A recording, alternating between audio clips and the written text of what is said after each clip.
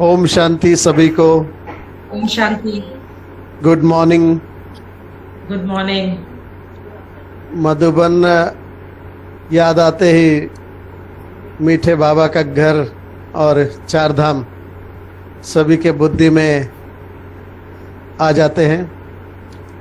बाबा ने चार धाम की विशेषता, ऐसा एक स्थान हम बच्चों को दिया है जहाँ पर हम बच्चों के सारे प्रॉब्लम्स का सॉल्यूशन चार धाम में मिल जाता है। बाबा ने कहा कि अगर उदास हो जाओ तो बाबा की झोपड़ी में आ जाओ। बाप समान बनने के दिल हो तो बाबा ने कहा कि बाबा के कमरे में आ जाओ। और कभी दिल शिकस्त हो जाओ तो बाबा कहते हैं कि बाबा का जो छोटा हॉल है, हिस्ट्री हॉल, वहाँ पर बच्चों को बाबा ने कहा कि आप सभी पहुँच जाओ। और बाप समान सर्वशक्तिवान बनना है, शक्तिशाली बनना है, तो बाबा ने कहा कि तुम बच्चे शांति स्तंभ पर पहुँच जाओ। तो हम सब बच्चों का ज्ञान योग धारणा सेवा चारों सब्जेक्ट से कनेक्टेड चार धाम है। ऐसे चार धाम में बाप दादा ने मुझे विशेष चांस दिया। यहाँ पर आने से पहले मैं थोड़ा अनुभव सुनाऊंगा कि मैं ज्ञान में कैसे आया। हम डोंबिवली में लौकिक घर है मेरा, वहाँ पर लौकिक पिताजी का होटल भी था। तो डोंबिवली सेवा केंद्र पर मैं कैसे गया, वहाँ एक स्कूल में मेरा स्कूल का जो साथी था संतोष भाई, सबसे पहले वो ज्ञान में आया और उन्होंने मुझे ज्ञान की बातें सुनाना शुरू किया। तो जब ज्ञान की बातें सुनते थे, आपको पता है बॉम्बे का लाइफ, उस समय तो मोबाइल आदि थे नहीं, लेकिन कॉलेज लाइफ में था, मैं 12वीं पढ़ रहा था उस समय। तो ये आत्मा परमात्मा की बातें इतनी बुद्धि में बैठती नहीं थी, तो मैं उसको कुछ न कुछ क्वेश्चन दे देता था। तो संतोष भाई जा करके टीचरों से पूछ के आते थे और फिर दूसरे दिन मुझे जवाब दे देते थे। तो ऐसे कई समय तक चला, मुझे लगता है 6 मास तक ऐसे चला।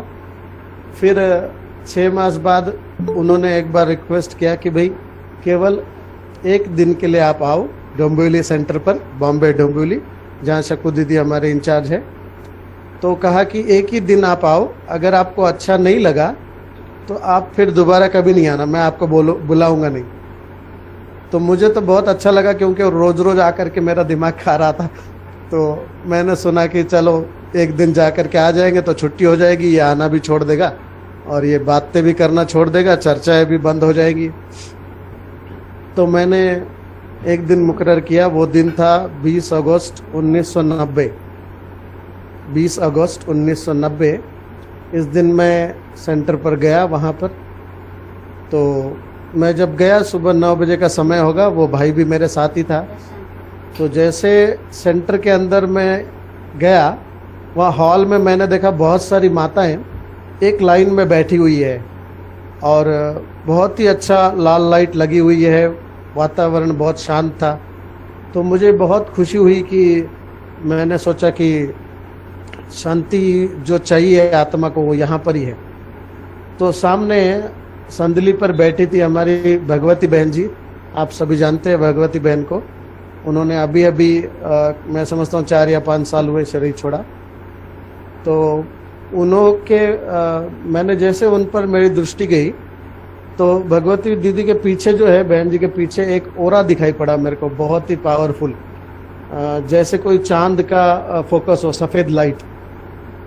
तो मैंने सोचा, क्योंकि लौकिक बुद्धि थी, इतना ज्ञान बुद्धि में था नहीं। तो हमारे घर पे, लौकिक घर पे गणपति लाते थे, गणेश जी। तो मैंने सोचा कि ये वाला लाइट जो है वो मुझे अपने घर पे चाहिए, जो मैं गणेश के पीछे डेकोरेशन करूं उसका। तो ये सोच करके मैं सीधा चला गया आगे, और सभी माताएं बैठी हुई है, योग कर रही है, और मैं सीधा आगे चला गया। उस दिन माताओं की भट्टी थी डोंबिवली सेंटर पर। तो मैं सीधा आगे चला गया और बहन के पीछे संदली के पास जा करके मैं गोल गोल घूमने लगा। पीछे जा करके देखता हूँ तो कोई कनेक्शन दिख नहीं रहा है, और जैसे मैं फिर वापस आता था तो वहाँ से दिखाई पड़ रहा था कि वापस वही ओरा मुझे दिखाई पड़ रहा था, वही प्रकाश। तो अंदर में बहुत क्यूरियोसिटी थी कि भाई ये क्या है, कौन सा लाइट है, मुझे ऐसा लाइट वहां जाने के बाद क्यों नहीं दिख रहा है। तो मैं वापस आगे जा करके मैं गोल गोल घूमने लगा संदली के। सभी माताएं बैठ के योग कर रही और मैं वहाँ गोल गोल घूम रहा हूँ। तो जो पीछे बहन बैठी थी, जो लाइट एंड साउंड पर एक बहन बैठी थी छोटी, तो वो बहन आकर के उसने मुझे बोला कि भाई साहब आप यहाँ सब ध्यान कर रहे हैं ईश्वर का और आप डिस्टर्ब कर रहे हो, आप या तो बैठ जाओ या तो पीछे आ जाओ। तो मैंने कहा ठीक है मैं बैठता हूँ। तो मैं उनके आगे ही सामने बैठ गया। सभी माताएं बैठी थी और मैं उनके आगे एकदम सामने बैठ गया। तो मैंने देखा सभी माताएं उन्होंने आंखें खुली रखी थी। तो जैसे बाकी जगह पर ध्यान करते हैं तो आंखें बंद होती, यहाँ पर मैंने देखा माताएं हैं लेकिन सबने आंखें खुली रखी है। तो मैंने भी आंखें खुली रखी और वो बहन जी को देखते रहा। तो जैसे दृष्टि देते देते भगवती बहन जी की दृष्टि जैसे मुझ पर पड़ी, हमारी जैसे आंखें मिली, तो एक सेकंड में ऐसे हुआ कि मुझे लगा कि मेरा शरीर पूरा पिघल रहा है, मेल्ट हो रहा है और बहुत ही खींच हुई और मैं जैसे कि एक सेकंड में परमधाम चला गया। मैं देखने की कोशिश कर रहा हूँ, मेरे आजू बाजू में जो माताएं बैठी थी, सामने जो भगवती बहन जी बैठी थी, तो कुछ भी मुझे दिखाई नहीं दे रहा है, पूरा लाल लाल हो गया हॉल भी, और बस परमधाम में एक ज्योति और मैं। और मुझे ये वाइब्रेशन आ रहे थे कि बाबा कह रहे हैं कि बच्चे आ गए, बच्चे आ गए। और इतनी अंदर से शांति, सुख और पवित्रता की फीलिंग आ रही थी। तो मेरा अंतःकरण जैसे भर गया और मेरे आंखों से आंसू निकलने लगे। तो मुझे समझ में नहीं आ रहा है मेरे साथ क्या हो रहा है, क्योंकि पहली बार ऐसे अनुभव बाबा ने कराया। तो कितना देर मैं बैठा रहा मुझे पता नहीं, लेकिन बहुत समय मैं उसी धुन में लगा रहा, बस बाबा और मैं, कुछ नहीं दिख रहा है मुझे हॉल में। तो हुआ ये था कि वो भाई मुझे सेंटर पर छोड़ करके अपना काम करने कहीं निकल गया था मार्केट तरफ। फिर जब वो भाई आया वापस तो दोपहर को 1:30 बज रहे थे और तब तक मैं उसी हॉल में बैठा था। सभी माताएं उठ करके जा करके अपना भोजन आदि करके रेस्ट पे चली गई थी, लेकिन हॉल में मैं अकेला बैठा था। तो ये भाई आया और उसने मुझे शोल्डर में हिलाया और बोला कि चलो दिनेश भाई आपको चलना नहीं। तो उस समय मेरा ध्यान टूटा और मैंने देखा कि हॉल में कोई नहीं, मैं अकेला ही बैठा हुआ हूँ। तो फिर मैं उठ करके आया।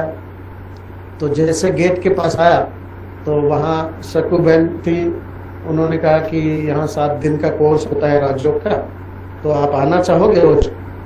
तो मैं, इतना मुझे सुख और शांति मिली थी अंदर में, बाबा ने इतना, तो मुझे बोलने का भी दिल नहीं हो रहा था। तो मैंने खाली बस गर्दन हिला करके हाँ कहा और मैं वापस अपने घर चला आया। तो वो पहला दिन था जो बाबा ने इस रीति से मुझे बिल्कुल शरीर से डिटैच करके अपनी जो बाबा की शक्तियां थी वो जैसे मेरे अंदर आई। और उस दिन के बाद मेरे सारे प्रश्न खत्म हो गए। उसके पहले तो 6 मास तक मैं प्रश्न उत्तर करता रहता था, संतोष भाई को कुछ न कुछ मैं प्रश्न देता था और वो जा करके पूछ के आते थे। लेकिन वो दिन ऐसा था जो मेरे सारे प्रश्न खत्म हो गए। और जब मैं घर पे चला गया लौकिक घर में, तो सबसे छोटा मैं घर पे था। तो घर पे जाते ही बहुत उछल कूद करता था, कहीं सामान इधर रखा उधर रखा, इधर उधर किया। लेकिन उस दिन मैं शांति से जा करके अपने कमरे में बैठ गया। तो माता जी और मेरी बहनें वो तो देखने लगी, क्योंकि उनको पता था कि दिनेश भाई कभी भी चुप बैठता नहीं। तो उन्होंने आकर के पूछा कि क्यों, क्या हुआ, आज किसी से झगड़ा हुआ। तो अब उनको मैं कैसे बताऊं, मेरे पास शब्द नहीं थे कि मैं ये अनुभव सुनाऊं। तो मैंने उनको कहा कि मुझे आज शांत रहने दो, आप लोग सब शांति से अपना अपना काम करो। फिर दूसरे दिन सुबह सुबह मैं जल्दी उठ करके स्नान आदि करके मैं निकल गया। वैसे तो हम लौकिक घर में तो 8 बजे के बाद ही उठते थे, लेकिन उस दिन बहुत जल्दी उठ करके मैं सेंटर पर चला गया और वहाँ पर मेरा कोर्स शुरू हुआ। माधवी बहन थी उस समय, जो अभी यहाँ गंगानगर में एक सेंटर बना करके सादुल शहर में वो रह रही। तो उनका भी, वो भी नींद नहीं आई थी, तो उनका मैं पहला स्टूडेंट हूँ। तो वो सबको अभी भी पार्टी को ले आती है और बताती कि ये मेरा पहला स्टूडेंट है जिसका मैंने पहली बार कोर्स कराया था, और ये व्यक्ति जो है वो बाबा के घर में समर्पित है। तो कोर्स भी मेरा 1 मास चला, क्योंकि ओम शांति। सबको सुनाई दे रहा है ना? हाँ जी। हेलो, सभी को सुनाई दे रहा है ना? हाँ जी, हाँ, सुनाई दे रहा है। हाँ, सुनाई दे रहा है। आवाज ब्रेक हो रहा है। अच्छा, तो हेडफोन निकाल दे। नाही क्लिअर आ रहा आहे या तो. आ रहा है? हा, मीनाबेन तुमचा नेटचा प्रॉब्लेम असेल काहीतरी. अच्छा, ठीक है। हा. हाँ हो तो आते रहते तुम। अच्छा, ठीक है। तो मैं कह रहा था कि कोर्स भी मेरा 1 मास चला, क्योंकि जब मैं पहले दिन गया तो आत्मा का परिचय दिया गया। फिर दूसरे दिन गया तो मेरे से पूछा गया कि भाई आप बताओ कि आपने क्या सुना। तो मुझे याद नहीं था, तो वापस कहा कि नहीं, आप दोबारा सुनो यही लेसन। और जब ऐसे करते करते 3-4 दिन हो गए, फिर दूसरा कोई नया कपल आया, तो उसको वापस कोर्स कराने के चक्कर में 1 मास तक कोर्स चला। फिर 1992 में पहली बार बाप दादा से मिलने के लिए मधुबन में आया। मेरा सौभाग्य था, पहली बार बाबा से यहाँ मिला। तो उस समय मैं आया जिस दिन, उसी दिन आकर के पहले स्नान आदि करके मैं शांति स्तंभ पर चला आया। तो शांति स्तंभ पर जो मुझे पहले दिन अनुभव हुआ था, वही अनुभव जैसे बाबा ने 1 सेकंड में मुझे शरीर से डिटैच करके बस अपने पास ले लिया, अपने गोद में ले लिया। और उस समय भी मेरे आंखों से आंसू निकल रहे थे, और मैं कह रहा था कि बाबा आप अभी मुझे अपने पास ही रखो, मुझे मधुबन में ही रखो, मुझे कहीं जाना ही नहीं। अभी आपकी गोद मिली है इतने जन्मों के बाद, तो मैं कहीं नहीं जाना चाहता हूँ। ये मेरा पहला संकल्प मधुबन में आते ही था। फिर उसके बाद 93 में भी आया, 94 में फिर 2 बार आया, 1 बार बाबा मिलन के लिए और 1 बार सेवा का चांस मिला। तो जब सेवा का चांस मिला, पहले पहले उस समय ज्ञान सरोवर तैयार हो गया था, बहुत सारा, थोड़ा सा बाकी था बनना। तो मुझे वहाँ पर टोली डिपार्टमेंट में सेवा मिली। और ज्ञान सरोवर में उस समय चंद्रमणि दादी जी इंचार्ज थी। और चंद्रमणि दादी जी जो है वो इतनी शक्तिशाली आत्मा थी, उनके कई मुझे अनुभव है, मैं अभी आगे सुनाऊंगा। तो ऐसे होता था कि जब रात को दादी भोजन आदि कर लेती थी, तो ज्ञान सरोवर के ट्रांसपोर्ट के पास एक रॉक गार्डन है, वहां पर एक थल्ला है। अभी वो थल्ला काफी छोटा कर दिया है, गार्डन बड़ा कर दिया। पहले वो चबूतरा थल्ला थोड़ा बड़ा था। और चंद्रमणि दादी जी जो है वो वहां बैठ जाती थी रात के समय 9 बजे से 10 बजे तक। और हम सभी उस समय थोड़े से वहीं थे ज्ञान सरोवर में, क्योंकि बहुत सारा कंस्ट्रक्शन चल रहा था, खाली भंडारा और कुछ थोड़ा सा अकोमोडेशन रेडी हुआ था। तो हम वहां बैठ गए और दादियों से, मतलब चंद्रमणि दादी जी से हम रोज कुछ न कुछ बाबा की बातें, नई नई बातें हम सुनते थे। तो एक दिन ऐसे हुआ कि वहाँ जो पार्टी आई थी वो जा रही थी, रोज मुरली क्लास के बाद वहाँ भी टोली बढ़ती थी। तो जो पार्टी एक दिन जा रही थी, तो चंद्रमणि दादी ने मुरली क्लास के बाद कहा कि आज सबको स्टेज पर दादी टोली देगी, और यहाँ से हम आप सभी छुट्टी लेकर के फिर अपने सेवा स्थान पर जाएंगे। तो जैसे मैंने अनाउंसमेंट सुना मुरली क्लास के बाद, मैं टोली का डब्बा जो बाहर लेके खड़ा था, मैं अंदर लेके गया स्टेज के पास। और स्टेज पर ही दादी चंद्रमणि जी के पास ही छोटे मूड़े पर मैं बैठ गया नीचे, कि जैसे दादी कहेगी टोली दादी अपने हाथ से देंगी, तो मैं दादी के हाथ में टोली दूंगा। तो उस समय एक सेवादारी बहन आई, और पता नहीं साउथ की कहीं की थी, और वो सेवादारी बहन ने कहा कि दादी मेरे को गीत गाना है। तो दादी जी ने बड़े प्यार से कहा कि ठीक है आप गीत गाओ, और सभी हम योग करेंगे, और गीत के बाद मैं आप सबको टोली दूंगी। तो हुआ ये कि वो बहन जो गीत गा रही थी, वो उसका आवाज़ बिल्कुल गीतकार जैसे नहीं था, जैसे गीत गाते हैं। उसका आवाज़ अजीब था, और वो फिर भी गाए जा रही थी। तो मैं उस समय बहुत छोटा था, 20 साल का था, तो मेरे से वो रहा नहीं गया, और जैसे गीत पूरा हुआ तो मैं थोड़ा हंस दिया हल्के आवाज़ में। तो चंद्रमणि दादी ने देखा, क्योंकि मैं बाजू में बैठा था उनके पास, उनके कदमों के पास नीचे। तो दादी जी ने मेरी तरफ देखा, फिर वो बहन को उन्होंने बुला करके फूल दिया, टोली दिया। फिर जो भी पार्टी जाने वाली थी ग्रुप, उन सबको दादी ने टोली दिया। और जब सब चले गए तो मुझे टोली देते समय दादी ने पूछा कि अच्छा ये बताओ कि आप क्यों हंसे उसका गीत पूरा होते ही। तो मैंने तो बड़ों के सामने तो बोलना नहीं चाहिए, लेकिन मैंने कह दिया दादी वो तो बहुत बेसुरा गा रही थी, उसका आवाज अच्छा नहीं था और इतनी बड़ी सभा में उसने गाना नहीं चाहिए था, अच्छा नहीं लग रहा था, क्यों गा रही थी। तो दादी जी ने कहा कि अच्छा आपने खाली आवाज ही सुना उसका, आपको ये गीत याद है उसने जो गाया वो।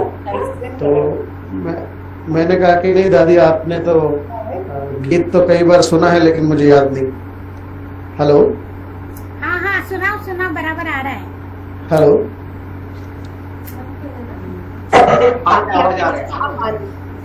आ रही आवाज? आ रही है बहुत ठीक है। अच्छा आ रही है, सुनाओ। अच्छा तो मैं कह रहा था कि चंद्रमणि दादी जो है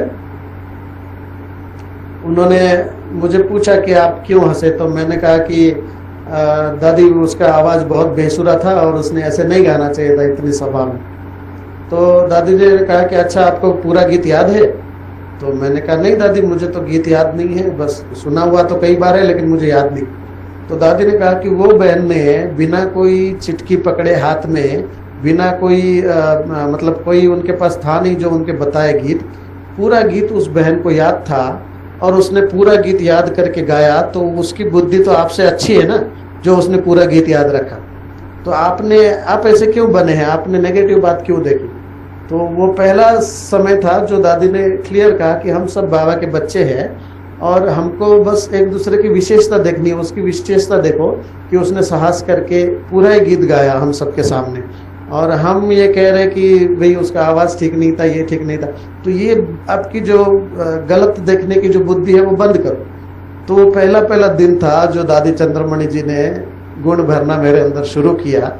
तो मैंने उसी समय कान पकड़ा कि दादी मेरी गलती हो गई, आगे से हम ऐसे किसी की अवगुण नहीं देखेंगे। तो इतना सुंदर दादियों का वो पालना देने का संस्कार था। फिर अपने हाथ से दादी ने मुझे टोली खिलाई मुख में और बहुत प्यार किया। फिर ऐसे ही 2 मास वहाँ पर मैंने सेवा किया दादी चंद्रमणि जी के साथ। और एक दिन ऐसे हुआ कि विदेश का ग्रुप आया था, थोड़ा सा था छोटा ग्रुप, और वहाँ पर फिर जगदीश भाई साहब का भी क्लास रखा था, विदेशियों के लिए अलग और ज्ञान सरोवर निवासियों के लिए अलग। तो राजऋषि हॉल था उस समय, पहले मेडिटेशन हॉल नहीं बना था, तो राजऋषि हॉल और एक खाली बड़ा हॉल 2 ही थे। तो राजऋषि हॉल में मधुबन वालों को, ज्ञान सरोवर निवासियों को भाई साहब मिलने वाले थे, क्लास कराने वाले थे, और चंद्रमणि दादी जी भी बैठी थी शाम के समय। तो मेरे पास एक बहुत अच्छी नान खटाई की टोली आई थी जिसपे ड्राई फ्रूट लगा हुआ था। तो मैंने वो टोली लेकर के डब्बा दादी चंद्रमणि जी को दिखाया कि दादी भाई साहब अगर टोली खिलाते हैं। तो दादी ने बोला हाँ ज़रूर आप टोली लेकर के आना और ज़रूर भाई साहब टोली खिलाएंगे। तो भाई साहब ने बहुत अच्छा क्लास कराया, सबकी दिल ली, और लास्ट में मैं टोली का डब्बा लेकर के उनके पास गया। तो भाई साहब ने कहा कि नहीं मैं टोली नहीं खिलाऊंगा, चंद्रमणि दादी जी खिलाएंगी, दादी यहाँ बैठी है तो वही टोली खिलाएंगी। तो उस समय भी मैंने बताया ना मैं छोटा था, तो मैंने जोर से उनको कहा कि नहीं भाई साहब आप ही टोली खिलाएंगे और सबके मुख में खिलाएंगे। तो भाई साहब मेरे तरफ देखने लगे और उन्होंने एक नान खटाई उठाई और वो अच्छी बड़ी थी। तो भाई साहब ने कहा कि ये इतनी बड़ी नान खटाई है ना, आप लोगों के मुख में नहीं आएगी, इसलिए मैं नहीं दूंगा। तो मैंने कहा नहीं भाई साहब आपको ही खिलाना है। तो फिर उन्होंने, दादी चंद्रमणि जी ने भी कहा कि नहीं आपको ही खिलाना है, और भाई ठीक बोल रहा है कि आपको जो है सबको मुख में खिलाना है, आज तक आपने कभी खिलाया नहीं। तो सारे ज्ञान सरोवर निवासियों ने ताली बजाई और सभी एक एक आए और भाई साहब ने अपने हाथ से सबको टोली खिलाई। फिर हुआ ये कि 2 दिन बाद मुझे पांडव भवन आना था कुछ टोली लेकर के दोपहर के समय। तो 1:30 बजे करीब मैं बस में ज्ञान सरोवर से आया एक डब्बा टोली लेकर के यहाँ पांडव भवन के लिए।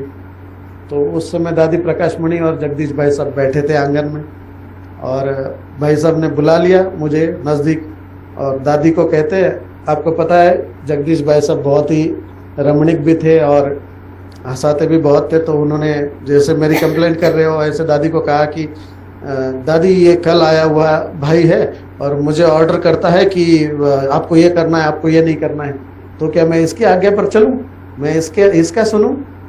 तो अब मुझे तो हंसी छूट रही थी, लेकिन दादी प्रकाश मणि मेरी तरफ देखने लगी कि भाई आप कौन हो और ये इतने बड़े भाई है जगदीश भाई, आप उनको कैसे ऑर्डर कर सकते हो। मतलब दादी थोड़ा मुझे इस रीति से बोल रही। तो मुझे तो डर भी लगा कि दादी प्रकाशमणि ऐसे कह रही है और भाई साहब ऐसे कह रहे, क्योंकि जो बातें हुई थी वो भाई साहब के और मेरे बीच थी। तो कहते हैं कि मुझे ऑर्डर करता है कि ऐसे करो ऐसे करो, ये कैसे मुझे ऑर्डर कर सकता है, बार बार कह रहे। फिर दादी मुझे थोड़ा डांटने के स्वर में आ गई। फिर उन्होंने कहा कि नहीं दादी, मैंने कहा दादी आप पूछो तो सही भाई साहब से कि मैंने क्या कहा था इनको। तो दादी को भाई साहब कहते कि नहीं दादी मैं हंसी कर रहा था, ये भाई ने कहा कि आपको टोली खिलाना है और सबके मुख में खिलाना है। तो फिर दादी एकदम शांत होकर के मुझे कहती अच्छा भाई तुमने बहुत अच्छा किया, इन्होंने कभी टोली खिलाई नहीं है, आपको अभी पांडव भवन में भी सबको टोली खिलानी। तो इस रीति से हंसी मजाक उनके साथ हुआ। तो मतलब छोटी छोटी बातें जो सिखाने का उनका तरीका था दादी प्रकाशमणि। फिर अगले साल मैं जब आया तब पांडव भवन में मुझे टोली डिपार्टमेंट में सेवा मिली। पांडव भवन का टोली डिपार्टमेंट सबने देखा होगा, हमारा जो पैकिंग सेक्शन है वो उसके एक तरफ दादी प्रकाशमणि जी का किचन और डाइनिंग है और उसके दूसरे तरफ दादी गुलजार जी का किचन और डाइनिंग है। तो रोज मुरली क्लास के बाद जब मैं पहले दिन यहाँ टोली बांटने खड़ा था ओम शांति भवन में हॉल के बाहर, तो जैसे मुरली क्लास पूरा हुआ उसके बाद सारे आए जितने भी भाई बहने थे, और ये 95 की बात है, 1995। तो लास्ट में आखिर में दादी प्रकाशमणि आई और मेरे सामने आकर के दादी जी ने कहा कि आप मुझे थोड़ी टुकड़ी खिलाओ टोली की। तो मेरे एकदम रोम खड़े हो गए कि भाई इतनी बड़ी दादी, आदरणीय दादी हमारी, और इनको मैं कैसे टोली खिला सकता हूँ। तो दादी ने कहा कि नहीं खिलाओ। तो मुन्नी बहन थी साथ में, तो उन्होंने कहा अरे दादी कह रही तो खिलाओ, आप क्यों डर रहे हो। तो फिर मैंने छोटा आधा पीस लेकर के दादी को अपने हाथ से खिलाया और फिर दादी वहाँ से आई। तो वो दिन पहला था और उसके बाद मैं रोज खड़ा रहता था कि दादी जी निकले और मैं उनको अपने हाथ से थोड़ी टुकड़ी खिलाऊं। और एक दिन भी दादी जब तक पांडव भवन में रही है, दादी ने कभी एक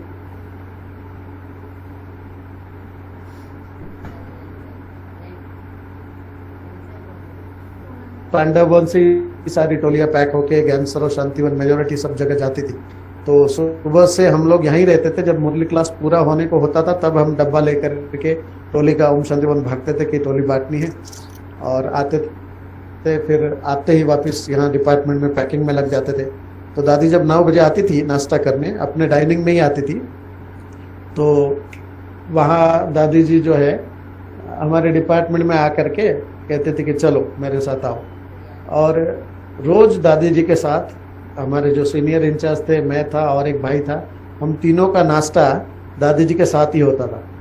दादी जी नाश्ता यहाँ अपने डाइनिंग में करती थी और दोपहर का और रात का भोजन जो है वो अलग डाइनिंग है, जो पांडव भवन में आते ही जो उनका डाइनिंग हॉल है वहाँ पर दादी जी नाश्ता करते भोजन करती थी, और दोपहर का और रात का। तो इस प्रकार से मुझे ये दिल था कि भाई दादियाँ सभी देवियाँ हैं और मैं कुछ उनकी सेवा करूं।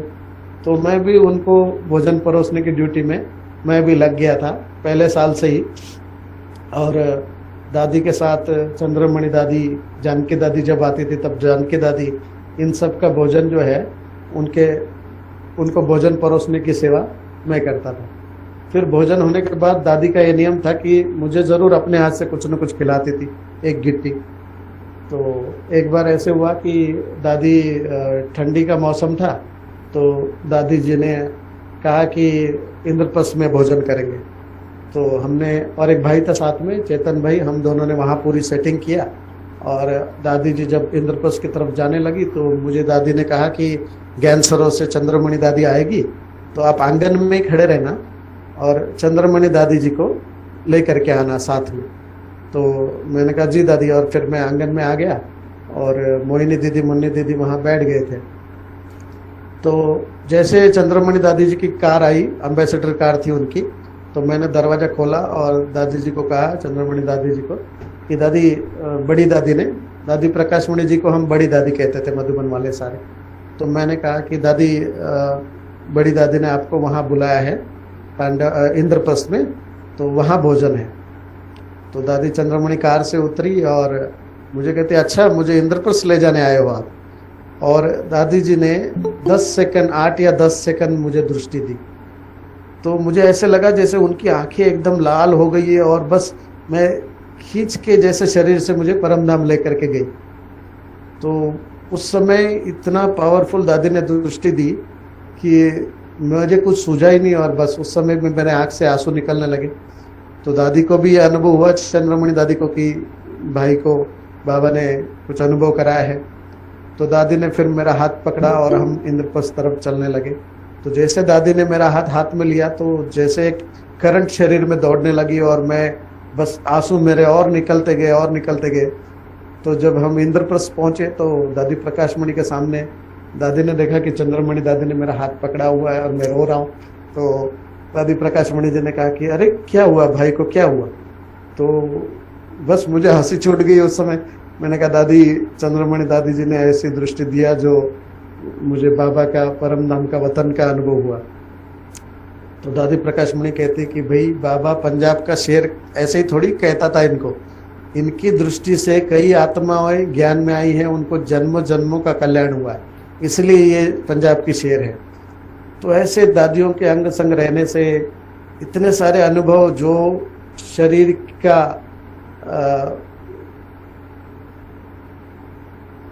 का भान एक सेकंड में दादियां भुला देती थी। तो इस रीति से दादी प्रकाशमणि को भी मैंने देखा कि उन्होंने जो ब्रह्मा बाबा ने 18 जनवरी को उनके हाथ में हाथ दे करके बाप दादा अव्यक्त हुए थे, ब्रह्मा बाबा अव्यक्त हुए थे, तो सारी शक्तियां वो जैसे दादी प्रकाशमणि को दे करके गए थे। उनके बोल चाल चलन, उनकी दृष्टि, जब अमृत वेले योग होता था छोटे हॉल में, उसके बाद सभी निवासी जो है वो दादी से दृष्टि लेते थे। दादी जो आड़ा सोफा रखा होता था उसमें बैठ जाती थी और हम सभी लाइन में खड़े होकर के उनसे दृष्टि लेते थे। तो वो 1-2 सेकंड की दृष्टि दादी की जो होती थी वो दिन भर में ऐसी एनर्जी भर देती थी कि पूरे दिन में कितना भी वर्क होता था, क्योंकि उस समय पांडावन में हेवी ड्यूटी होती थी। सुबह 5 बजे हम आते थे स्नान करके तुरंत, और 5-5:15 बजे आकर के फिर रात को 12 बजे तक सेवाएं चलती थी। हर एक विभाग की, मेजॉरिटी विभाग ऐसे थे जो रात को 11 से पहले कभी बंद नहीं होते थे। तो इतनी सेवाएं होने के बावजूद भी ऐसा बल दादी 1 सेकंड में भर देती थी। और हर एक बात में दादी प्रकाशमणि पांडवन निवासियों के एक डिपार्टमेंट वालों को बीच बीच में जब खाली समय होता था तो उनको अपने साथ भोजन पर बुलाती थी, किसी को दोपहर के भोजन में, किसी को रात के भोजन में। और साथ में भोजन करते वक्त दादी पूछती थी कि अच्छा आपका कारोबार ठीक चल रहा है, आपके डिपार्टमेंट में किसी चीज़ की आवश्यकता है, आपके सारे भाई ठीक है, अगर आपको कुछ भी सेलिब्रेशन चाहिए, कुछ भी प्रॉब्लम चाहिए, कुछ भी प्रॉब्लम है, अगर सॉल्यूशन चाहिए तो दादी को बता सकते हैं। फिर दादी लौकिक के बारे में भी पूछते थे, अच्छा आपके लौकिक घर में सब ठीक है, क्योंकि वहाँ का कोई टेंशन हो और यहाँ भाई कोई सेवा करे उस रीति से। तो दादी कहती थी कि जो भी बात है दादी जी को बताओ। तो ऐसे दादी प्रकाशमणि हम सबका दिल लेती थी। शक्तियाँ भरने में तो दादी प्रकाशमणि की भी कोई सानी नहीं है। मेरा एक अनुभव सुनाता हूँ। एक बार ऐसे हुआ था कि यहाँ पर बहुत सारी बातें कही हो गई थी और कुछ बातों में मुझे सहन करना पड़ रहा था। तो दादी बहुत बार बुला करके मेरे से बात करती थी। उस समय इतना अच्छा था कि पांडववन में जितनी भी दादियाँ थी, टोली डिपार्टमेंट होने के कारण मेरा परिचय सबको था और हर एक चाहते थे कि भाई मतलब मैं उनसे बात करूं, कभी भी उनके पास जा सकता था, कभी भी बात कर सकता था। मुझे किसी से अपॉइंटमेंट लेने की जरूरत नहीं पड़ी शुरू से, ये मेरा भाग्य रहा। चाहे चंद्रमणि दादी हो, चाहे दादी प्रकाशमणि हो, चाहे मनोहर दादी हो। तो दादी प्रकाशमणि बार बार मेरे पास आवे या मुझे बुलाए अपने कमरे में और बात करे कि नहीं।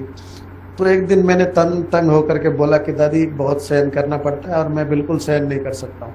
मैंने दादी को सीधा बोल दिया कि मेरे से अब सहन नहीं होगा। तो दादी जी ने तुरंत मेरा हाथ पकड़ा और मुझे दृष्टि देते हुए कहा कि सहन करने के लिए हर एक की बस की बात नहीं है सहन करना, तो सहन करने के लिए विशेष योग्यता की आवश्यकता होनी चाहिए। सहन करना माना जहर पीना है, और जहर पीने के लिए जो शक्ति चाहिए वो दादी समझती है कि आपके अंदर है। और आप ये कैसे कह सकते हो कि मेरे पास नहीं है? तो क्या आप दादी का जो दादी जी को आपके प्रति जो भावना है उसका आप ये कर रहे हो? तो दादी ने कहा कि नहीं, आप सहन कर सकते हो, ये दादी का विश्वास है। तो ये विश्वास आप कैसे तोड़ सकते हो? और दादी ने फिर 5 मिनट तक हाथ में हाथ ले करके दृष्टि दी। तो वो एक समय ऐसे था जैसे दादी मेरे अंदर सहन शक्ति पूरा भर रही थी। तो वो दिन और आज का दिन हमने कभी ये नहीं बोला कि हम सहन नहीं कर सकते। तो इतनी शक्ति दादी ने भरी, पावरफुल। और मुझे 5 मिनट बाद बाकी पहनाई, अपने सीने से लगाया। तो वो जो समय था, वो जो दिन था, मैं कभी भी भूल नहीं सकता हूँ पूरे जीवन में। ऐसी शक्तियाँ दादी ने भर दी। उसके बाद कितने भी उससे भी बड़े प्रॉब्लम्स आए कई प्रकार के, लेकिन हमारे मुख से कभी ये नहीं निकला कि हम सहन नहीं कर सकते या मेरे से ये नहीं हो सकता। और दादी प्रकाश मणि की विशेषता हमने देखा कि कितने भी प्रॉब्लम्स होते थे देश विदेश के उनके पास, कितने सारे फोन कॉल्स आते थे, कितने सारे लेटर्स आते थे, लेकिन कभी उन्होंने उनके बोलचाल चलन में, उनकी आंखों में, उनकी भ्रुकुटी में कभी हमको ये टेंशन की लकीरें कभी दिखाई नहीं पड़ी। इनकम टैक्स का बहुत बड़ा केस चला था जिसमें जगदीश भाई साहब, रमेश भाई साहब, इन्होंने बहुत मेहनत करके वो केस जीती। तो उस समय भी दादी को हमने देखा कि कभी उनको बोल में ये नहीं आया कि अरे इतना बड़ा केस चल रहा है और अब भी कैसे होगा। तो इतना दादी प्रकाश मणि जैसे उनका नाम है, तो इतना अंदर में समाने की शक्ति, इतना सहन करने की शक्ति, निर्णय करने की शक्ति दादी के पास, कैसे किसको क्या सुविधा देवे, कैसे किसको प्रॉब्लम सॉल्व करे। तो ये सचमुच दादी प्रकाश मणि जी को देख करके हमें लगता था कि ब्रह्मा बाबा कैसे होगा। ब्रह्मा बाबा को तो हमने देखा नहीं, लेकिन उनकी जो कार्यक्षमता थी दादी की, उससे पता चलता था। सैकड़ों बार दादी ने मक्खन मानी खिलाई है अपने हाथ से सभी मधुबन वालों को। जब भी खाली समय होता था दादी कहती थी चलो आज मक्खन मानी खिलाते हैं। दादी प्रकाश मणि पिकनिक के लिए लेके जाती थी, जब भी फ्री होते थे चलो आज पीस पार्क चलो। जब ज़्यादा बारिश होती थी दादी कहती थी चलो आज झरने पे चलते हैं, सभी बस लगाओ। हम सभी बस में, दादी प्रकाश मणि भी बस में आ जाती थी और हम सब झरने पे जाते थे। वहाँ जा करके कहती थी चलो पकोड़े और चाय मंगाओ। फिर कुछ भाई, आत्म प्रकाश भाई, सूरज भाई साहब, ये सब आ करके यहाँ पकोड़े बनाते थे, चाय बनाते थे और ले करके फिर वहाँ आते थे। तो लौकिक घर छोड़ा, लौकिक दुनिया छोड़ी, ये कभी महसूस होने नहीं दिया दादी प्रकाश मणि जी की। ये विशेषता थी। सिखाती भी बहुत कुछ थी और सेवाएं भी उतनी थी और रमणीकता भी थी। बहलाने का उनका जो तरीका था, तो इससे पता चलता था कि ब्रह्मा बाबा कैसे होगा। तो दादियों की मैं क्या बात कहूँ, एक के पीछे एक सभी दादियाँ जो है वो हमारे पास इतना, भोली दादी है, भूरी दादी है और चंद्रमणि दादी, मनोहर दादी, और यहाँ जमुना दादी थी, लच्छू दादी थी, ईशु दादी थी। तो इनसे हमने बहुत कुछ सीखा, बहुत सारी बातें सीखी। तो लच्छू दादी जो है हमेशा अपने कार्य में एकदम एक्यूरेट और साफ सुथरी। आपको पता होगा कि ब्रह्मा बाबा की ब्राह्मणी लच्छू दादी थी, तो सभी बातों में, सभी कामों में लच्छू दादी का एक्यूरेसी, इसका कोई मुकाबला नहीं था। और साफ सुथरा रहने का जो उन्होंने ब्रह्मा बाबा से सीखा था, दादियों से सीखा था। तो कुछ साल पहले ऐसे हुआ, शरीर छोड़ने से 4 साल पहले, लच्छू दादी शरीर छोड़ने से 4 साल पहले वो शांतिवन में गई और सभी दादियों से पूछा कि अगर मैं कहीं घूमने चली जाऊं विदेश यात्रा पर या कभी बीमार हो जाऊं, तो भोग की सेवा, पांडव भवन की जो गुरुवार की भोग की सेवा होती है, अमृत बनाना और सब बातें, तो वो कौन करेगा। तो सभी दादियों ने कहा कि जो टोली डिपार्टमेंट में दिनेश भाई है, आप उसको सिखाओ। तो दादी जी ने वहाँ से सर्टिफिकेट लेकर के आ गई। और फिर यहाँ पांडव भवन में जो वरिष्ठ भाई थे, राजू भाई मुरली डिपार्टमेंट वाले, और वल्लभ दादा हमारे जो स्टॉक का पूरा देखते थे, स्टोर का, और रमेश भाई साहब लिटरेचर वाले, उनके साथ दादी कई बार न्यूज़ देखने बैठती थी उनके ऑफिस में। तो वहाँ पर भी दादी जी ने, लच्छू दादी जी ने ये बात पूछी कि आप, मैं अगर कहीं चली जाऊँ या मान लो मैं बीमार हो जाऊँ तो कौन करेगा। तो उन्होंने भी मेरा ही नाम दिया। आप समझ सकते हैं कि कैसे बाप दादा के द्वारा ही उनको सबको टचिंग हुआ, वो जो भी है। तो फिर लच्छू दादी मेरे पास आई, पैड और पेन लेकर के आई, मुझे कहती है सुनो अभी आप मना नहीं करना, एक सेवा मैं आपको दे रही हूँ। तो मैंने कहा जी दादी बोलिए। तो कहते मैंने दादियों से पूछा और मधुबन के सारे वरिष्ठ भाइयों से पूछा, तो आपका ही नाम आया है, तो आपको भोग की सेवा करनी है अगर मैं कहीं चली जाती हूँ या कहीं बीमार हो जाती हूँ। तो उन्होंने उस दिन मुझे सारा लिखाया कि कैसे कैसे आपको अमृत बनाना है, कैसे भोग की प्लेट सजानी है, कैसे फूलों की प्लेट सजानी है, कैसे सारा सिस्टम उन्होंने लिखाया। फिर कई गुरुवार तक उसने अपने साथ खड़ा करके दिखाया। फिर जब कभी वो बाबा के दिन के आसपास गुरुवार आता था तो वो शांतिवन में ही रह जाती थी और मुझे चाबी देके जाती थी कि आप करो। फिर आने के बाद वो चेक भी करती थी कैसे किया, मुझे पूछती भी थी। तो एक दिन ऐसे हुआ कि लच्छू दादी के कमरे के बाहर ही एक बहुत बड़ी अलमारी है जिसमें भोग का सारा सामान रखते थे। तो जो फूल की प्लेट है, एक दिन दादी शांतिवन में थी और दादी ने मुझे कहा कि आप इस गुरुवार को आप कर देना भोग। तो मैंने किया और जो फूल की प्लेट होती है वो मैंने दादी के अलमारी में ही, लेकिन जो ऊपर का रैक है उसके बदले नीचे के रैक में रख दिया। अलमारी वही थी, खाली ऊपर से नीचे रख दी। तो 2 दिन बाद जब लच्छू दादी आई और उन्होंने वो अलमारी खोली और देखा कि प्लेट मैंने नीचे रखी है, तो आई मेरे पास डिपार्टमेंट में और कहती अरे तुमने सारा गड़बड़ कर दिया, तुमको मैंने क्या सिखाया था, आओ मेरे साथ चलो। तो मुझे भी थोड़ा डर लगा कि ज़रूर कुछ मैंने गलत किया है। तो मैं गया दादी के साथ।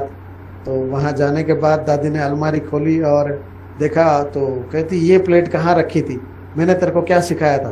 तो मैंने कहा हाँ दादी ये ऊपर रखनी थी, तो मुझे डिपार्टमेंट में कुछ काम था तो मैं यहाँ रख के गया थोड़ा जल्दबाजी में। नहीं आपने ये बराबर एक्यूरेट काम करना है, तुमने ऊपर क्यों नहीं रखी, नीचे क्यों रखी। अब वो बात तो कोई थी नहीं बड़ी, लेकिन मतलब इतना एक्यूरेसी कि जो चीज़ जहाँ रखी है वहाँ ही होनी चाहिए। दादी जी का ये है, जब तक दादी जी रही भोग का भी मैंने देखा, डब्बियाँ जैसे साफ सुथरी करके सुखाने के बाद उसको सुंदर रीति से प्लास्टिक में दादी पैक करके रखती थी। भोग के रुमाल भी जैसे यूज़ हो जाए फिर उसको फोल्ड करके प्लास्टिक में डाल करके रखती थी। तो वो सारी आदतें दादी ने मेरे को सिखाई कि आपको इसी रीति से करना है, इससे ज़्यादा कुछ नहीं करना है, ना कुछ कम करना है। ऐसे दादियों से, अंग संग दादियों के पास रहने से बहुत कुछ सीखने को मिला। और मेरा बहुत बड़ा सौभाग्य है कि दादी प्रकाशमणि और गुलजार दादी जी, दोनों दादियों से मुझे, उन दादियों का मेरे से बहुत प्यार था। तो दोनों दादियों के साथ मैंने बहुत बार टूर किए हैं। दादी प्रकाशमणि के साथ मैं आंध्रा गया हूँ, दिल्ली गया हूँ, और भी कई बार दिल्ली तो कई बार गया, और गुजरात तरफ भी बहुत बार दादी कार में अपने साथ लेके जाती थी, मोहिनी दीदी, मुन्नी दीदी, हम सब। और दादी गुलजार के साथ मैं लखनऊ गया था, वहाँ का एक बहुत सुंदर अनुभव मैं सुनाता हूँ। मोहिनी दीदी, मैं यहाँ से हम दिल्ली गए और दिल्ली से फिर गुलजार दादी और नीलू दीदी जी हमारे साथ ज्वाइंट हुए, फिर हम लखनऊ गए। तो हुआ ये कि लखनऊ जाने के बाद पहले 3-4 दिन तो मुझे बहुत अच्छा लगा, लेकिन पांडव वन से मैं ज़्यादा दूर अलग कभी रहना नहीं चाहता हूँ, इतना मुझे पांडव वन से अटैचमेंट है। तो वो 4 दिन हो गए थे और चौथे दिन रात भर मुझे नींद नहीं आई, चौथी रात। पहले 3 दिन तो चलो प्रोग्राम चले, वहाँ मेगा प्रोग्राम था, सब बातें हुई, तो मैं रात भर सोया नहीं। और दूसरे दिन जब हम नाश्ते पे इकट्ठा बैठते थे दादी जी और हम गए थे गोमती नगर में, वहाँ राधा बहन है इंचार्ज लखनऊ में, गोमती नगर में। तो राधा बहन जी और वहाँ के सीनियर बहनें, हम सब, बहुत बड़ा डाइनिंग टेबल था, वहाँ बैठे थे। और मोहिनी दीदी जी का मेरे से बहुत प्यार, तो उनका पूरा ध्यान था मुझ पे। रोज़ ही मुझे वो सुबह शाम पूछा करती थी क्या है, कैसे है, खाना ठीक से खाया तुमने, ठीक। तो उस दिन मेरे आंखों से उनको पता चल गया कि मैं सोया नहीं हूँ। तो उन्होंने नाश्ते पर ही पूछा मुझे, दिनेश आज सोया नहीं क्या आप? तो मैंने कहा जी दीदी बिल्कुल नींद नहीं आई, रात भर पूरी रात में करवटें बदलता रहा। तो दीदी ने कहा क्यों? तो मैंने कहा पांडव वन बहुत याद आ रहा है। तो दादी गुलजार जी ने ऐसे बड़ी आंखें करके मेरे तरफ देखा और कहा अच्छा पांडव वन याद आ रहा है, ये तो मधुबन की सीता है, तो इसको क्यों बाहर लेकर के आया? मतलब इस रीति से दादी ने कहा कि बस इसको पांडव वन में ही रखो। और फिर 5वें दिन ऐसे था कि एक सेंटर का ओपनिंग था, तो हम बाई कार जा रहे थे। तो गुलजार दादी जी की गाड़ी में मैं बैठा था ड्राइवर के पास वाले सीट में, और पीछे दादी गुलजार और नीलू बहन जी बैठे थे। तो हम जा रहे थे, तो दादी को मैंने कहा कि दादी, लंबा रास्ता था, करीब 2.5 घंटा हमको ड्राइव करना था, बाई कार जाना था। तो मैंने दादी गुलजार जी से बात करते करते मैंने कहा कि दादी ये जो टोली डिपार्टमेंट में मेरी सेवा है पांडव भवन में, और आप ऐसे कुछ मुझे वरदान दो जो मैं हमेशा याद रखूं और मुझे खुशी मिले। तो दादी गुलजार जी कहते हैं कि आप जो है टोली बनाते हो या बांटते हो? तो मैंने कहा बनाने वाला तो अलग स्टाफ है, मैं पैकिंग करता हूँ और बांटता हूँ, और सुबह मुरली क्लास के बाद भी टोली बांटने की सेवा मेरी है, मुझे निमित्त बनाया गया। तो दादी ने कहा कि अच्छा, ब्रह्मा बाबा जो है वो रोज़ मुरली क्लास के बाद हम बच्चों के पास आकर के हमको टोली खिलाते थे, तो आप हमेशा अपने आप को साधारण नहीं समझना, ये समझना कि ब्रह्मा बाबा ही आपके द्वारा टोली बांट रहे हैं पांडव भवन में, क्योंकि आप पांडव भवन में हो और पांडव भवन तो बाबा और मम्मा की कर्म भूमि है। तो बहुत सुंदर वरदान उन्होंने दिया। उन्होंने कहा कि आप ऐसे समझना कि मैं ब्रह्मा बाबा का हाथ हूँ। तो ये जो शब्द थे उनके कि आप ब्रह्मा, ये ऐसे समझना कि मैं ब्रह्मा बाबा का हाथ हूँ, वही जो वरदान है मेरे लिए। आज जब भी टोली, आज भी लॉकडाउन चल रहा है लेकिन पांडव भवन में एक दिन भी टोली मिस नहीं हुई है, सबको टोली यहाँ पर मिलती है। हम ओम शांति भवन में टोली नहीं बांटते आज के डेट में, टोली डिपार्टमेंट से ही लोग आकर के ले जाते हैं। तो कहने का भाव ये है कि वो वरदान मेरे लिए ऐसा हो गया कि आज जब भी मुरली क्लास पूरा होता है मैं ये सम्मान ले लेता हूँ कि ब्रह्मा बाबा का मैं हाथ हूँ और मैं अपने हाथ से सबको टोली दे रहा हूँ। ब्रह्मा बाबा जो है मेरे द्वारा सबको टोली दिला रहे हैं। तो इस बात की मुझे बहुत बड़ी खुशी है और मुझे गर्व है कि इतना बड़ा ब्राह्मण परिवार है और उसके बीच में बाप दादा ने मुझे निमित्त समझा, जो भोग पांडव भवन का और टोली, इसके लिए मुझे निमित्त बनाया। ऐसे ही यहाँ पर जो बड़े भाई थे, आनंद किशोर दादा और विश्वरतन दादा और चंद्रहास दादा, निर्वैर भाई साहब, इन सब का भी बहुत बहुत, मृत्युंजय भाई साहब, आज भी इनका बहुत स्नेह है मेरे से। विश्वरतन दादा जो है, आप सबको पता है, अकाउंट डिपार्टमेंट संभालते थे और उनकी चाल चलन, उनका बोलना बिल्कुल जैसे ब्रह्मा बाबा ही है। सभी टीचर बहनों को अनुभव होगा, जब अकाउंट्स का काम होता था तो उनका विशेष कनेक्शन होता था।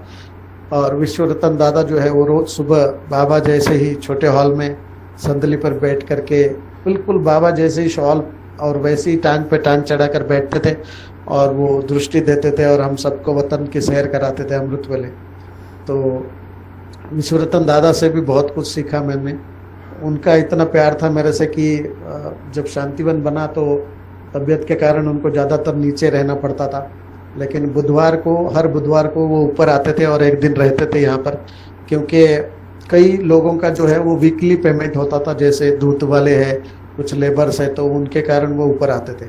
तो जैसे कार से वो आते थे आंगन में और पहले बाबा के कमरे में जाते थे विश्वरतन दादा, और उसके बाद सीधा टोली डिपार्टमेंट में आ जाते थे। उनका साथी जो भाई है, मनोज भाई था, तो उसको वो कहते थे कि पहले टोली डिपार्टमेंट में चलो और उसके बाद हम जाएंगे अपने ऑफिस।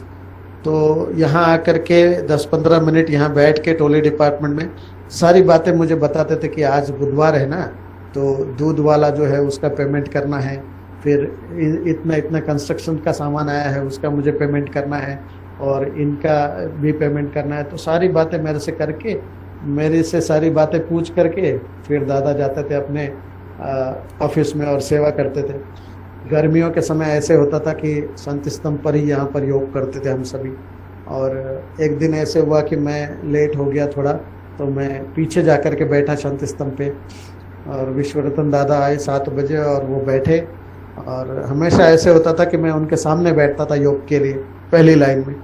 उस दिन मैं पीछे जा कर के बैठा तो उन्होंने एक नज़र घुमाई और मुझे देखा कि मैं पीछे बैठा हूँ, तो सामने यहाँ पर होम्योपैथिक डॉक्टर है, डॉक्टर कैलाश, वो बैठे थे। उनको दादा ने बुलाया और दादा ने कहा कि वो ट्रॉली वाला भाई है ना, दिनेश भाई, उसको बुलाओ इधर। तो डॉक्टर साहब मेरे पास आए और उन्होंने कहा कि दादा आपको बुला रहे। तो मैं आ गया। तो मेरा सौभाग्य था कि स्टेज पर कभी भी बड़े जो महारथी आते थे तो उनको तकिया देना या मूड़ा देना या उनको पानी चाहिए तो पहुंचाना, ये सब सेवाएं मेरे पास होती थी, मैं करता था। तो मैंने उस समय भी ये सोचा कि दादा को हो सकता है मूड़ा चाहिए या पानी चाहिए कुछ। तो मैं आया तो दादा ने कहा कि आप तो यहाँ बैठते थे ना सामने, आप आज पीछे कैसे बैठे? तो मैंने कहा दादा मुझे लेट हो गया था 5-10 मिनट, तो सामने भाई बैठा था तो मैंने कहा मैं। तो कहते नहीं नहीं, आपको यहाँ पर ही बैठना है, मेरे सामने आगे आओ। और जो आगे बैठा था भाई, दादा ने उसको कहा आप थोड़े पीछे हो जाओ। तो कहने का भाव है कि इतना बड़ा महारथी व्यक्ति, उसकी भी नज़र मेरे तरफ थी। तो छोटी छोटी बातों में वो नोट करते थे दिनेश भाई क्या करता है, कैसे बोलता है। एक बार ओम शांति भवन में हम केबिन में बैठे थे, जो इलेक्ट्रिक केबिन है, वहाँ कोई प्रोग्राम चल रहा था और कोई हंसी की बात थी। तो विश्वरतन दादा भी वहाँ बैठे थे, पुराने भाई शांताराम भाई, ताराचंद भाई, ऐसे 2-4 भाई बैठे थे, मैं भी वहीं था। तो कुछ हंसी की बात आई तो मैं थोड़ा ज़ोर से हंस दिया मैंने। तो वो प्रोग्राम होने के बाद दादा ने मुझे कहा कि अच्छा, आपके पास जब टाइम हो ना तो मेरे पास आना, मैं ऑफिस में बैठा हूँ और इतने बजे तक मैं ऑफिस में बैठा हूँ। तो मैंने कहा ठीक है। फिर मैं जब डिपार्टमेंट में आया, अपने सारे काम करके, मुझे याद आया कि दादा ने बुलाया, तो मैं उनके पास चला गया। तो विश्वरतन दादा मुझे कहते हैं कि आप अव्यक्त बाप दादा से तो मिले हो ना? तो मैंने कहा जी दादा, मैं अभी यहाँ रहता हूँ तो मैं मिला हूँ कई बार। तो उन्होंने कहा कि अच्छा, तो बाबा ऐसे हंसता है जैसे आपने हंसा, इतना जोर से हंसता है? तो मुझे तुरंत महसूस हुआ कि हाँ भाई, मेरी उस समय गलती थी। मैंने कहा कि जी दादा, मेरी गलती हो गई। तो आप जब बाबा को देखा, साकार को नहीं देखा लेकिन अव्यक्त को आपने देखा कि बाबा कैसे बात करता है, बाबा कैसे दृष्टि देता है, कैसे मुस्कुराता है, हंसी की बात हो तो भी बाबा मुस्कुराता है, जोर से हंसता नहीं। तो बाबा जैसे हमको बनना है ना, बाप समान जब बनना है, तो ये गुण आप क्यों नहीं उठाते हो, ये गुण क्यों नहीं ध्यान रखते हो, अपने पर अटेंशन आपका क्यों नहीं? तो कहने का भाव है कि एक छोटी सी बात जो थी, हमको पता नहीं चलता, लेकिन जो महारथी थी उनके हर एक बात में अटेंशन था। चलते समय चप्पलों का आवाज़ भी नहीं आए। पांडव भवन में शुरू में ये हर एक को अटेंशन दिलाया जाता था, जो भी नए आते थे, कि आपकी चप्पल का आवाज़ हो रहा है, आवाज़ नहीं आना चाहिए, एकदम जैसे फरिश्ता जैसे चलो। बोलते समय भी सामने अगर एक ही व्यक्ति है तो इतना जोर से नहीं बोलो कि 4-6 लोग जो दूर बैठे उनको भी सुनाई देवे। तो ये सब छोटी छोटी बातें पांडव भवन में रहने के कारण, मेरा सौभाग्य रहा कि सभी के बीच में रहने के कारण बहुत कुछ एक से एक छोटी छोटी बातें हैं, लेकिन वो सीखने को मिली। और सब ने शक्तियाँ भरी है। विश्वरतन दादा भी जब दृष्टि देता था तो रमा बाबा और उनमें कोई फर्क नज़र नहीं आता था। उनकी बातें बहुत साकार वाणियों में आती थी कि विश्वरतन दादा और शांतामणि दादी जो है, इन दोनों ने कभी जोर से हंसा नहीं था और किसी पर गुस्सा नहीं किया था। तो पहले की साकार वाणियों में इन दोनों का नाम आता था कि इन दोनों ने कभी किसी पर गुस्सा नहीं किया, क्रोध नहीं किया और जोर से हंसे नहीं। आज के डेट में वो सब नहीं आता, लेकिन पहले हमने कई बार इनका नाम सुना हुआ है वाणियों में। तो ऐसे मीठे से मधुबन में इतना सभी महारथियों के साथ अपने अंदर बहुत सारे गुण जो थे उनमें भरे हैं, और अवगुण बहुत सारे निकालने के लिए सभी दादियाँ, दीदियाँ, वरिष्ठ भाई, इन्होंने बहुत प्यार से शिक्षा दे करके, समझा करके दिनेश भाई जो आज पांडव भवन में बाबा ने बिठाया है, तो ये इन सब दादियों की और वरिष्ठ भाई बहनों की मेहनत है, ऐसे मुझे लगता है। सभी को बहुत बहुत शुक्रिया। ओम शांति।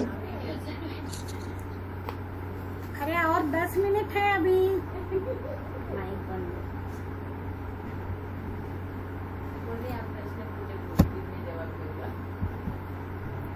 अभी और 10 मिनट है, खत्म हो गया स्टॉप। और 10 मिनट आप कहिए, क्या सुनाऊं? हाँ, वर्तमान समय आपका क्या पुरुषार्थ शुरू है अभी? जी,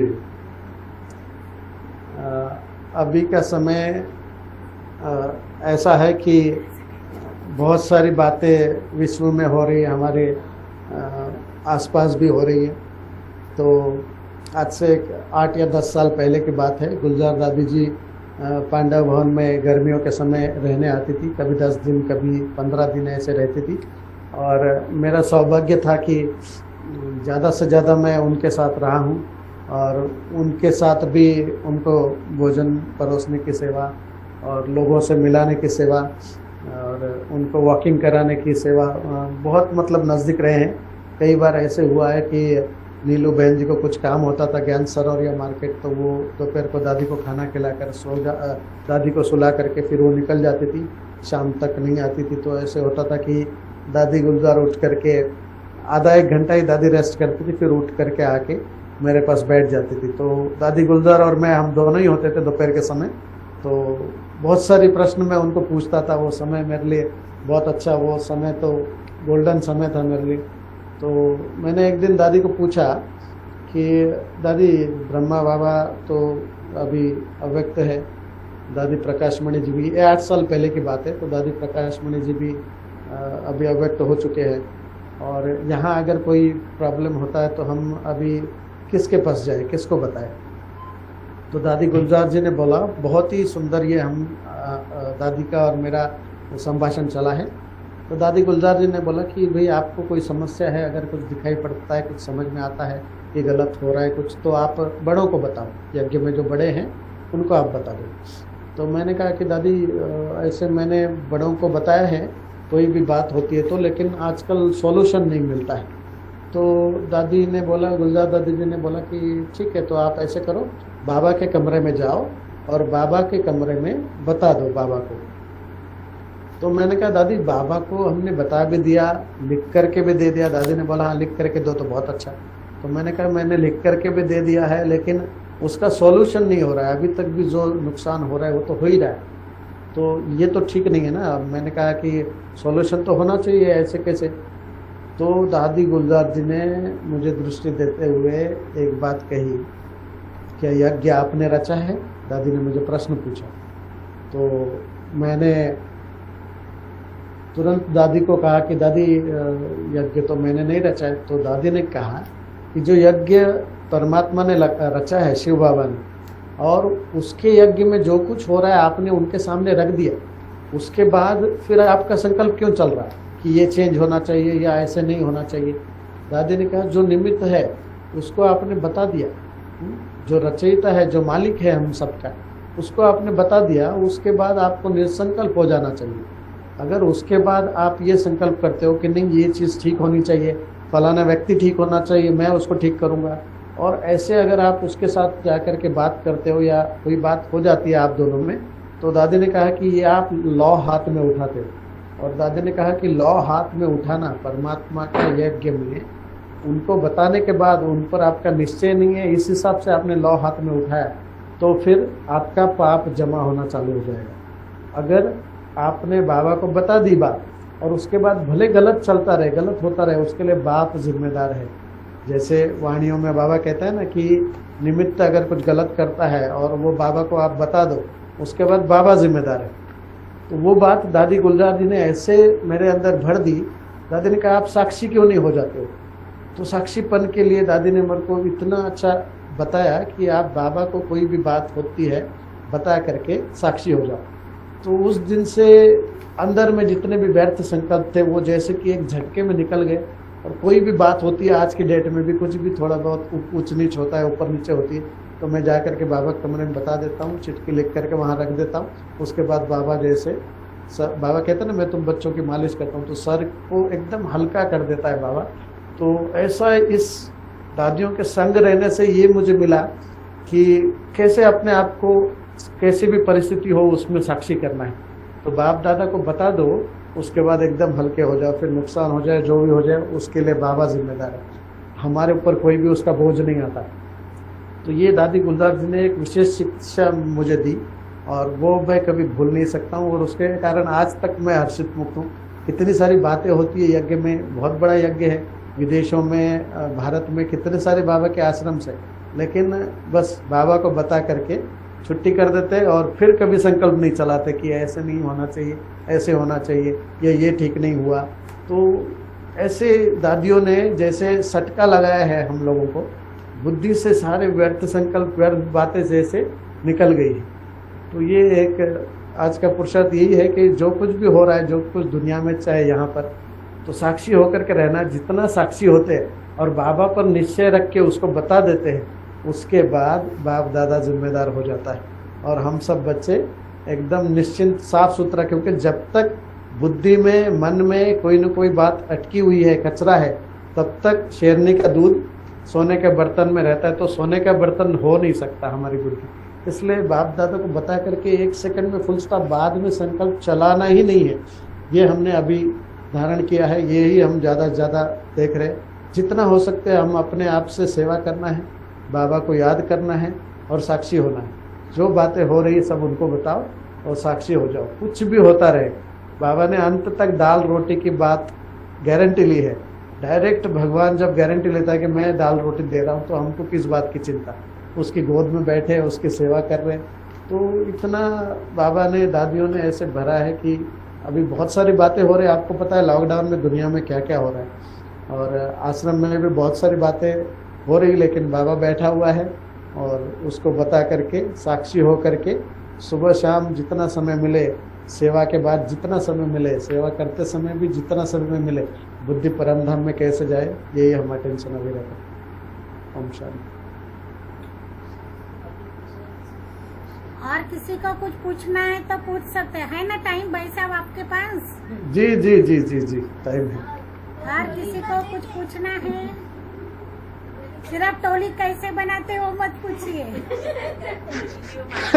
खाते कैसे हो पूछिए। आज तो लग रहा है कि सुनते ही रहो ऐसे। चलो, बहुत बहुत अच्छा लगा। और वैसे तो दिनेश भाई का हमारे से बहुत स्नेह है पहले से ही, और जब भी जाते मधुबन में तो उनको मिलने बिगर रहते नहीं, और वो हमको टोली देने बिगर रहते नहीं है। तो उनको पता है हमको क्या अच्छा लगता है, पहले से ही निकाल के रख देते और दे देते हैं। तो ये भी एक जी, हाँ, एक कुछ- दो बातें और है। दादी प्रकाश मणि ने जब ये डिपार्टमेंट मुझे दिया संभालने के लिए, तो दादी जी ने यहीं बैठ करके, जहाँ मैं बैठा हूँ वहाँ बैठ करके दादी जी ने कहा था कि ये बाप दादा का टोली का द्वार है और यहाँ से कोई भी वापस नहीं जाना चाहिए खाली हाथ। तो मैं ज़्यादा से ज़्यादा ये अटेंशन रखता हूँ कि सभी संतुष्ट होकर के बाबा के घर से जाए, इस बाबा के द्वार से जाए। और जहाँ ये टोली डिपार्टमेंट है वहाँ पर पहले साकार बाबा के समय स्टोर रूम था ये, यहाँ पर मक्खन, दूध, घी आदि रखते थे। तो इसी स्टोर में भोली दादी, बाजू में जो टेलीफोन एक्सचेंज है वहीं भोजन बनता था उस समय, और भोली दादी इसी स्टोर में यहाँ बीचों बीच चौकी लगा करके भोली दादी बैठती थी और यहाँ पर ही बाप दादा को भोग लगाती थी। क्योंकि साकार बाबा अपने कमरे में रहते थे, तो उनके कमरे में उस समय भोग नहीं लगता था। तो ये जो टोली का जो डिपार्टमेंट है जहाँ पर मैं अभी बैठा हूँ, वो वही जगह है जहाँ पर साकार के समय भोली दादी यहाँ बैठ करके बाप दादा को भोग लगाती थी। तीनों टाइम जो भोजन बनता है, नाश्ता बनता है उसका। तो इस डिपार्टमेंट की भी विशेषता है, 5वां धाम है ये। बहुत अच्छा बात बताई, जो कभी हमको मालूम ही नहीं था। कई कई ऐसी यज्ञ इतिहास की बातें तो आपने बहुत अच्छा अभी अभी भी बताया कि कैसे बोली दादी करते थे।